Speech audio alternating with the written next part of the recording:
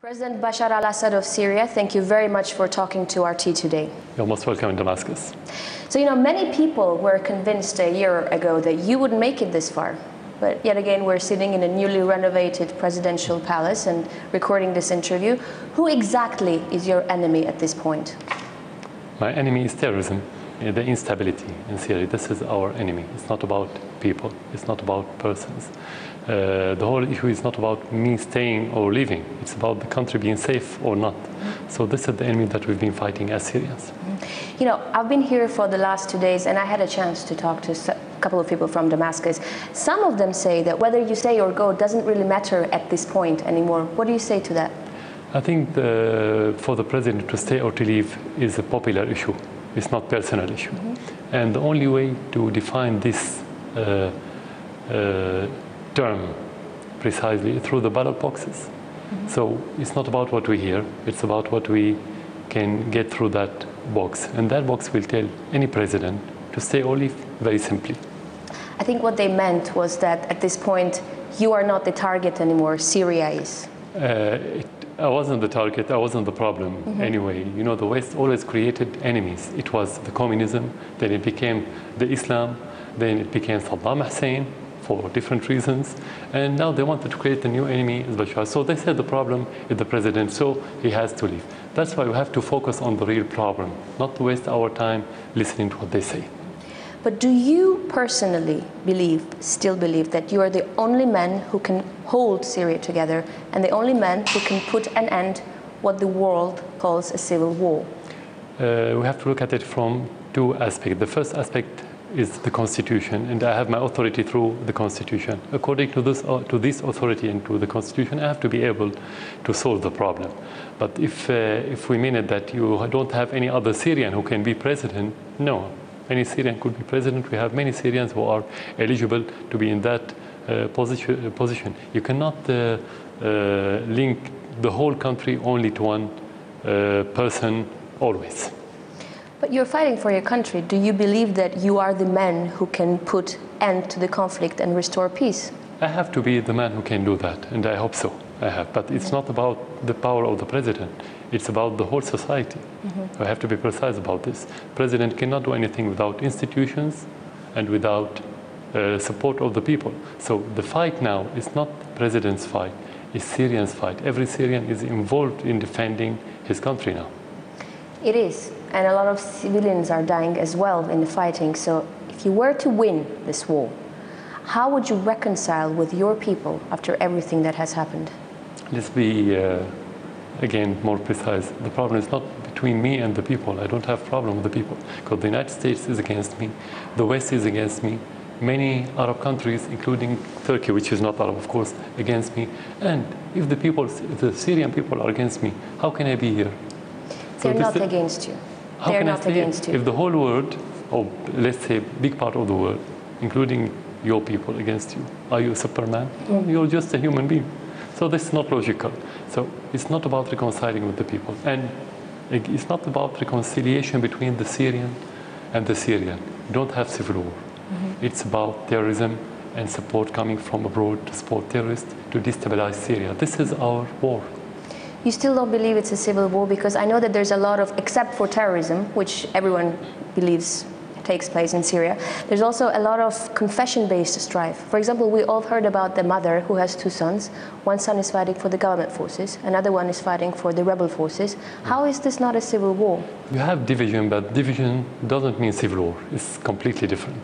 Civil war should be based on ethnicical problem or sectarian problem. Sometimes you may have sectarian or ethnical tension, and tension doesn't mean problem. So if you have division in the same family or in a bigger tribe or whatever, or in the same city, it doesn't mean civil war. This is completely different, and that's normal. You should expect that. When I asked about reconciling with your people, this is what I meant. I've heard you say on many different occasions that the only thing you care about is what Syrian people think of you and what Syrian people feel towards you and whether you should be a president or not. Aren't you afraid that at the end of the day, because there's been so much damage done to the country, that they won't care about the truth, but they will just blame you?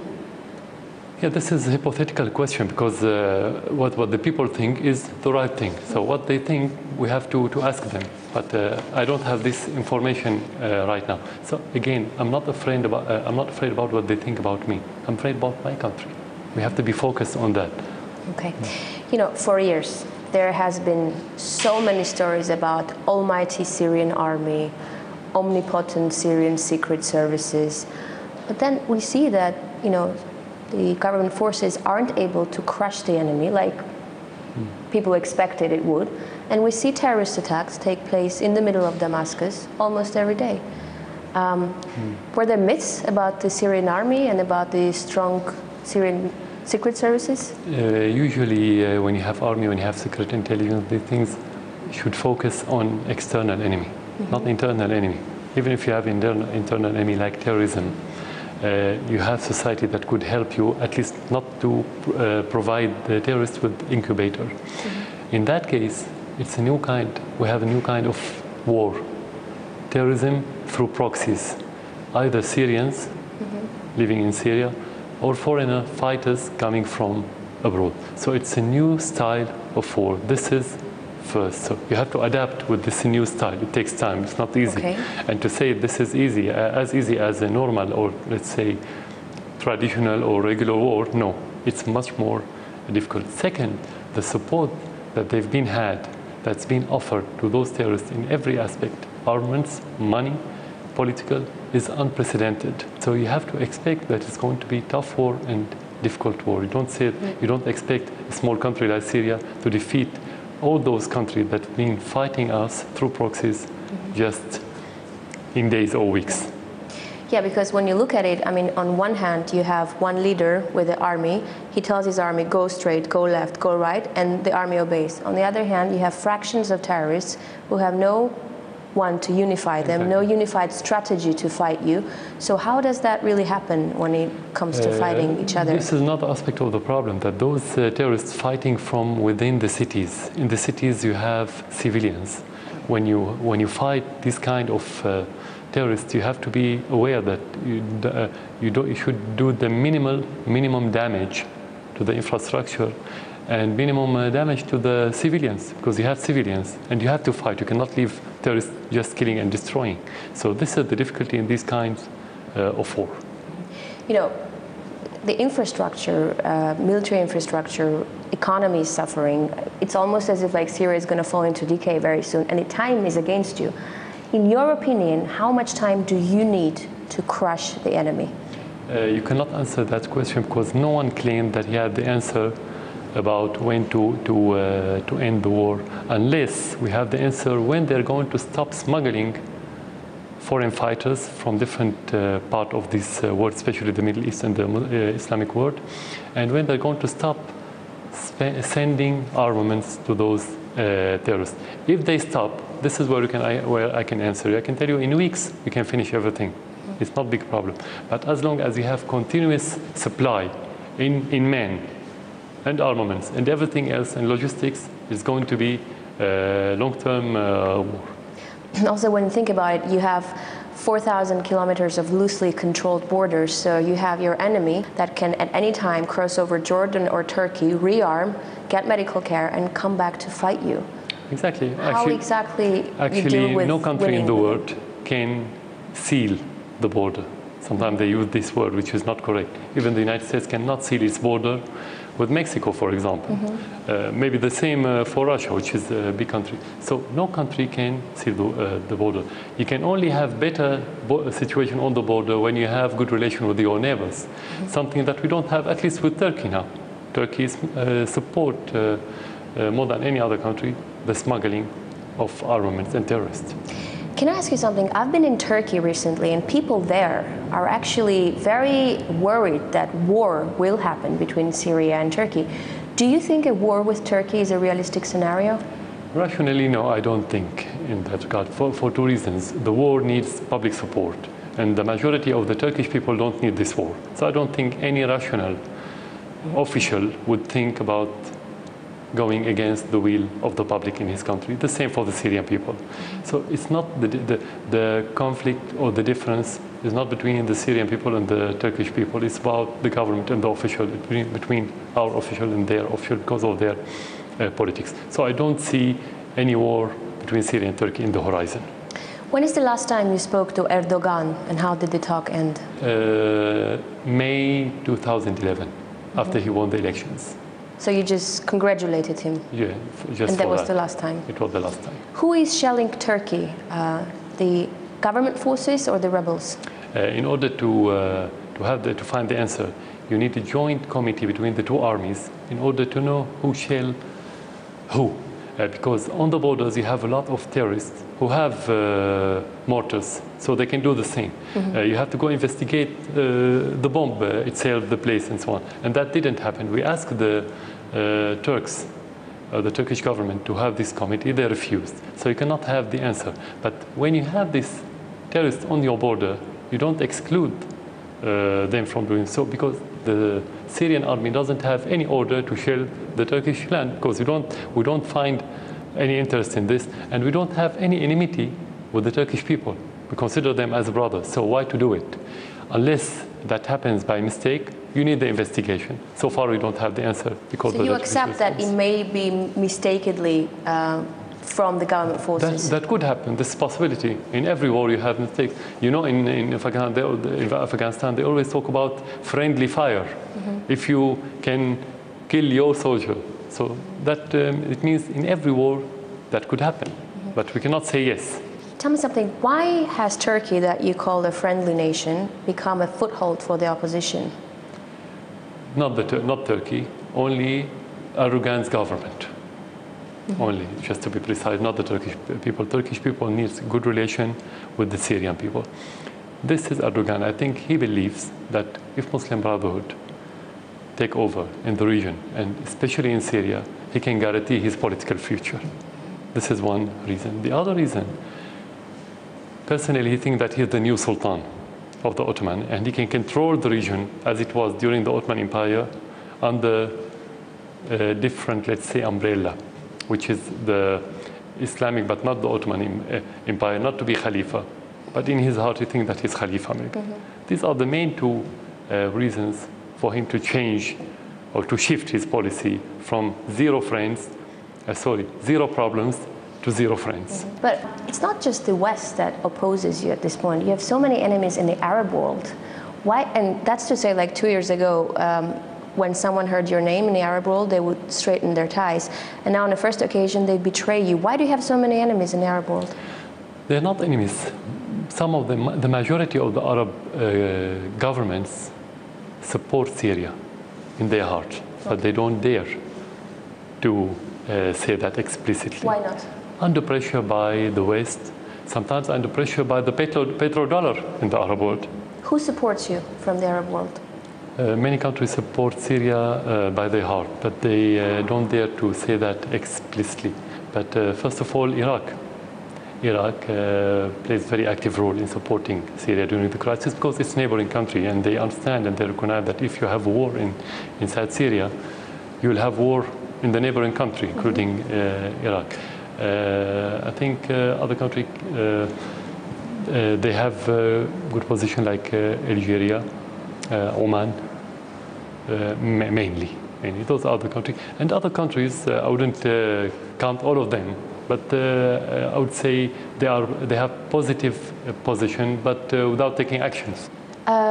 Saudi Arabia and Qatar, why are they so adamant about you resigning? And how would an unstable Middle East fit their agenda? Let's be frank, I cannot answer on their behalf. They have to answer that question. But what I could say, that the problem between Syria and many countries, whether in the Arab world or regional or in the West, that we keep saying no when we think that we have to say no. That's the problem. And some countries, they believe that they can control Syria through orders or through money or petrodollars, and this is impossible in Syria. This is the problem. Maybe they want to play a role. We don't have a problem. They can play a role. Whether they deserve or not, they can play a role. But not to play a role at the expense of our interests. But is it about controlling Syria or about exporting their vision of Islam to Syria? You cannot put it as a government policy sometimes. Sometimes you have institutions in certain countries. Sometimes you have personnel who try to promote this, but they don't announce it as official policy. So they didn't ask us to promote their, let's say, extremist attitude of their institutions. But that happens, in reality that happens, whether through indirect support of their government or through the foundation from the institution and the personnel. So this is part of the problem. But when I want to talk as government, I have to talk about the announced policy. The announced policy is like any other policy, that it's about interests, it's about playing a role. But we cannot ignore what you mentioned.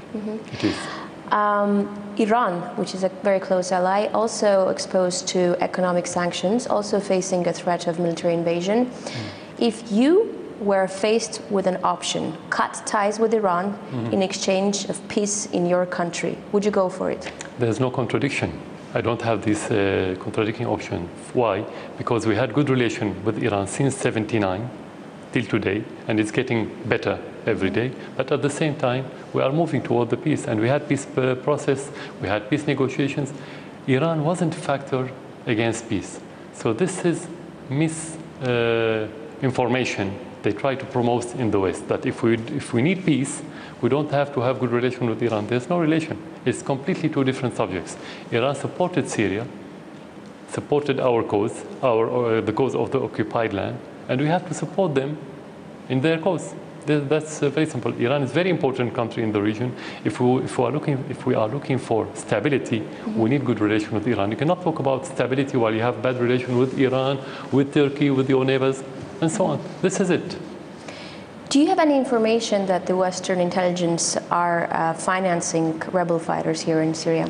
No, so far what we know that they are offering the knowledge support of the terrorists through Turkey, sometimes in Lebanon, mainly. But we have the other intelligence, not the Western, in the region. Some of them are very active, more active than the Western, under the supervision of the Western intelligence. What's the role of Al-Qaeda in Syria at this point? Are they controlling any of the rebel coalition forces? No, I don't think they're looking to control. They look to have their own, let's say, kingdom or imarat in their language. But mainly now they try to scare the people through explosion, assassination, suicide bombers, things like this, to push the people toward desperation and to accept them as a reality. So they go step by step. But their final aim is to have this, let's say, Islamic emirate in Syria, where they can promote their own ideology in the rest of the world. From those who are fighting you and those who are against you, who would you talk to? We talk to anyone who has genuine will to help Syria, but we don't waste our time with anyone who wants to use our crisis for his own personal interest. You know, you've been many times, not you, but the government forces have many times been accused of war crimes against their own civilians. Do you accept that the government forces have committed war crimes against their own civilians? We are fighting terrorism. We are implementing our constitution by protecting the Syrian people. Let's go back to what happened in Russia more than a decade ago. You faced the terrorism in Chechen and other places. They attack people in theaters, schools, and so on. And the army in Russia protected the people. Would you call it war crime? No, you wouldn't. A few days ago, Amnesty International recognized the crime that was committed a few days ago when they captured soldiers and executed them. And the Human Rights Watch recognized more than once about the crimes of those terrorist groups, and it was described a few days ago as war crime. This is the first point. The second point, if you have army that committed crime against its people, this is devoid of logic, because the Syrian army is made up of Syrian people.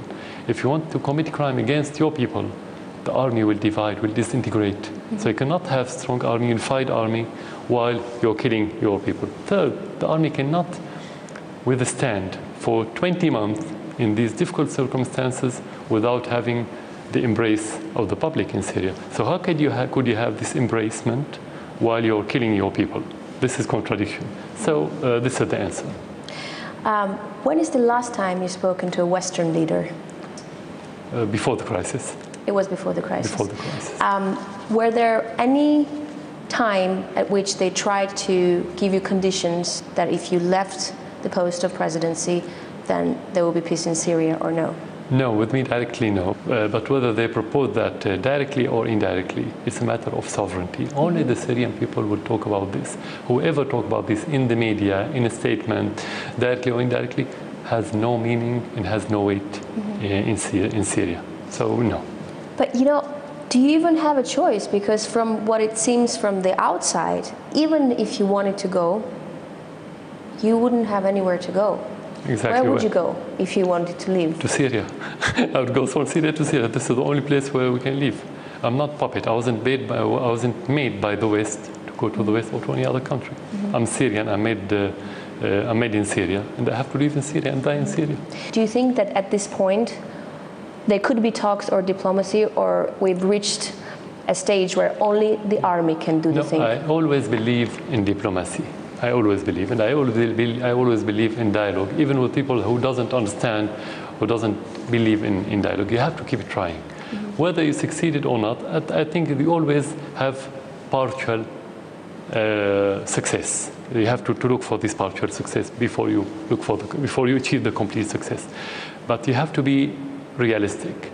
You don't think that only dialogue can make you achieve something, because those people who commit these acts, there are two kinds. One of them doesn't believe in dialogue, especially the extremists. And you have the outlaws who have been convicted by the court years ago before the crisis. And their natural enemy is the government, because they're going to be detained if you had a normal situation, let's say. The other part of them is the people who has been supplied by the outside. And they can only be committed to the people or to the governments who pay them the money and supply them with armament. They don't have choice, they don't have decision, they don't own their own decision. So you have to be realistic. And you have the third part of the people, whether he's militants or politicians, who can accept the dialogue. That's why we've been in this dialogue for a month now, even with militants. And many of them give up their armaments and they went back to their normal life. Do you think a foreign invasion is imminent? I think the price of this invasion, if it's happened, is going too big, more than the whole world can afford. Because if you have problem in Syria, and we are the last stronghold of secularism and stability in the region, and coexistence, let's say, it will have a domino effect that will affect the world from the Atlantic to the Pacific. And you know the implication of the rest, on the rest of the world. I don't think the West is going in that regard. But if they do so, nobody can tell what's next. Mr. President, do you blame yourself for anything? Normally, you have to find mistakes. You do it with every decision. Otherwise, you're not a human. What's your biggest mistake? I don't remember, to be frank now. But I always, even before taking the decision, I have to consider that part of it will be wrong. But you cannot tell about your mistake now. Sometimes, especially during crisis, you don't see what's right and wrong until you overcome the situation that you are in. So it's not. I wouldn't be objective to talk about mistakes now, because you're still in the middle of the. So you don't have regrets yet? Not now, as it. When everything is clear, you can talk about your mistake. But you definitely have mistakes. That's no. If today was 15th of March 2011, that's when the protests started to escalate and grow. What would you do differently? What I would do what I did. Exactly on the 15th of March. Exactly the same. To ask the different parties to have dialogue and to stand against the terrorists. Because that's how it started. It didn't start as marches. The umbrella was marches, but within those marches you had militants who started shooting the civilians and the army at the same time. Maybe on the tactical level you could have done something different, but as president you're not tactical. You always take the decision on strategic level, which is different. President Al-Assad, how do you see yourself in 10 years' time? In 10 years, through my country, I cannot see myself. I can see my country in 10 years' time. This is where I can see myself. More Do you see stable. yourself in Syria? Definitely. I have to be in Syria. It's not about the position. I don't see myself whether president or not. That's not my interest. I could see myself in this country, safe country, stable country, more prosperous country. President Bashar Al-Assad of Syria, thank you for talking to our team. Thank you for coming to Syria again.